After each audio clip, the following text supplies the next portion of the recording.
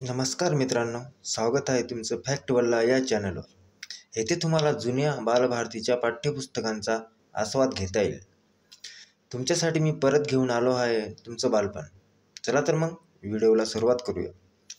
आजचा धडा आहे, एक होता बाळू, जो तरुण व धडधाकट होता. त्याला नोकरी करणे आवडत नव्हते आणि धंदा करायचा तर जवळ पैसा नव्हता. तो निराश झाला, आळशी बनला. आता आपल्या डोक्याला कधी त्रास द्यायचा नाही असे त्याने ठरवून टाकले. कुणी जसे सांगेल तसे आणि तेवढेच तो करायचा. लोक त्याला सांगकाम्या बाळू म्हणू लागले. गावात त्याचा मामा राहायचा. एकदा त्याने बाळूच्या हातात पैसे दिले आणि म्हणाला, सांभाळून ने घरी, आईजवळ दे. मामाने हातात दिलेले पैसे त्याने हातातच धरून ठेवले. रस्त्याने जाताना कुणाचा तरी धक्का लागला. ते पैसे रस्त्यात पडले. बाळूच्या लक्षात आले नाही. घरी गेल्यावर पाहतो तर हातात पैसे नाहीत. आई रागावली आणि म्हणाली, मामानं पैसे सांभाळून ने म्हणून सांगितलं होतं ना, मग ते खिशात घालून नाही का आणायचे? बाळूला कळले की सांभाळून आणायचे म्हणजे खिशात घालून आणायचे.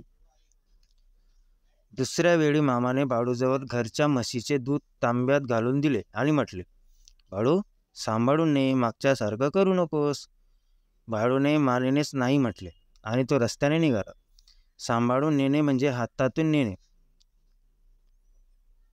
सांभाळून नेणे म्हणजे हातातून नेणे नव्हे तर खिशात घालून नेणे हे त्याला आठवले. त्याने लगेच दुधाचा तांब्या खिशात ओतला. घरी गेल्यावर आईला दुधाचा रिकाम्या तांबा दिसला. ती बाळूला म्हणाली, यातलं दूध काय झालं? बाळू म्हणला, मागच्या वेळी तूच म्हणाली होतीस की सांभाळून आणायचं म्हणजे खिशात घालून आणायचं, म्हणून मी दूध या खिशात ओतलं.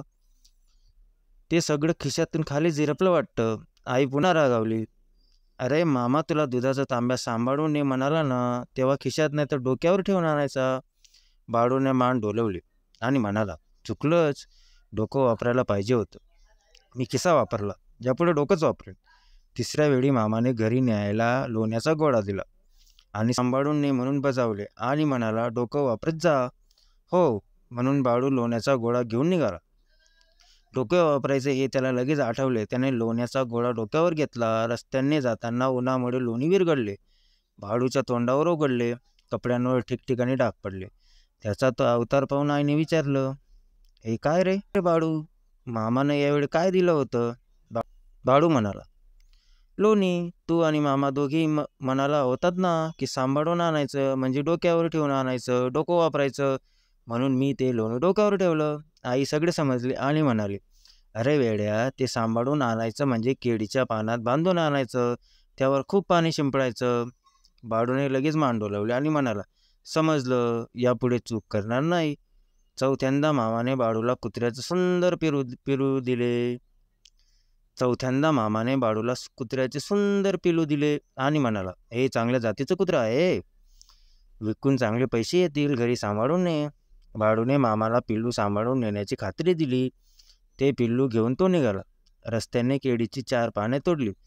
त्यात ते पिल्लू करकचून बांधले. मग त्यावर खूप पाणी शिंपडले आणि तसेच घरी आणले. घरी येईपर्यंत ते पिल्लू गुदमरले. ते पाहताच आईने कपाळावर हात मारला आणि म्हणाली, अरे बाड्या, अगदीच वेडा आहेस रे तू. हे काय सांभाळून आणणं झालं? खांद्यावर घ्यायचं नीट, प्राण्याला असं बांधून आणू नये. बाळूने जीभ चावली. अरे हो, चुकलंस, पण यापुढे प्राण्याला बांधून आणणार नाही, खांद्यावर आणे, अशी त्याने खात्री दिली. पाचव्यांदा मामाने बाळूला उमदे गाढव दिले आणि म्हणाला, बाड्या, हे गाढव भाड्यानं दे, याच्या पाठीवर माल वाहून नेता येतो, चांगले पैसे मिळतील, पण सांभाळून ने, मागल्यासारखं करू नकोस हा. बाळूने यावेळी पक्की खात्री दिली. तो गाढव घेऊन रस्त्यावर आला. लगेच त्याच्या पोटाखाली त्याने आपली मान घातली आणि त्या गाढवाला खांद्यावर उचलले. त्याच्या ओझ्याने बाळू वाकला. गाढव लाथा मारू लागले, ओरडू लागले, पण बाळूने सांभाळून न्यायचेच असा चंग बसला. त्यांनी गाढवाला मानेवर आणखी दाबून धरले. गाढव आणखी जोराजोराने ओरडू लागले. ती गंमत पाहायला त्याच्या मागे मुले लागली. ती गाढवासारखी ओरडू लागली. वाकलेला बाळू, ओरडणारे गाढव आणि मागे मुले अशी वरात निघाली. घराघरातून लोक बाहेर येऊन ती गंमत पाहू लागली. जोराजोराने हसू लागले. एका घरातून एक मुलगी बाहेर आली. ती वरात पाहून तिला देखील खूप हसू खुसलले. ती जोराजोराने हसू आपल्या बाबांना ती जोराजोराने हसून आपल्या बाबांना बाबा बाबा लवकर बाहेर या अशी हाका मारू लागली. तिचे वडील धावतच बाहेर आले. त्यांची ती मुलगी वास्तविक मुकी होती. ती खूप हसेल तर बोलायला लागेल असे डॉक्टर म्हणाले होते. त्यांनी तिला हसवण्याचे खूप प्रयत्न केले, पण त्यांची मुलगी हसलीच नव्हती. आता ती जोराजोरात हसली आणि बोलू लागली. तिच्या वडिलांना खूप आनंद झाला. आपली मुलगी बाळूमुळे हसली हे पाहताच त्यांनी बाळूला घरात आणले. त्याला खूप उंची कपडे दिले, खूप खूप पैसा दिला आणि एक एडवान्स घोडा दिला. बाळू घोड्यावर बसून घरी आला. चांगले कपडे, खूप पैसे आणि घोडा घेऊन आलेला बाळूला पाहताच आईला खूपच आनंद झाला. तिने बाळूला पोटाशी कवटाळले. खूप पैसे मिळताच बाळूची निराशा संपली. त्याचा आळस देखील गेला. तो जोमाने कामाने लागला. आता त्याने व्यापार सुरू केला. प्रामाणिकपणे व्यापार करून त्याने खूप पैसा कमावला. आता लोक त्याला बाळूऐवजी बाळासाहेब म्हणू लागले.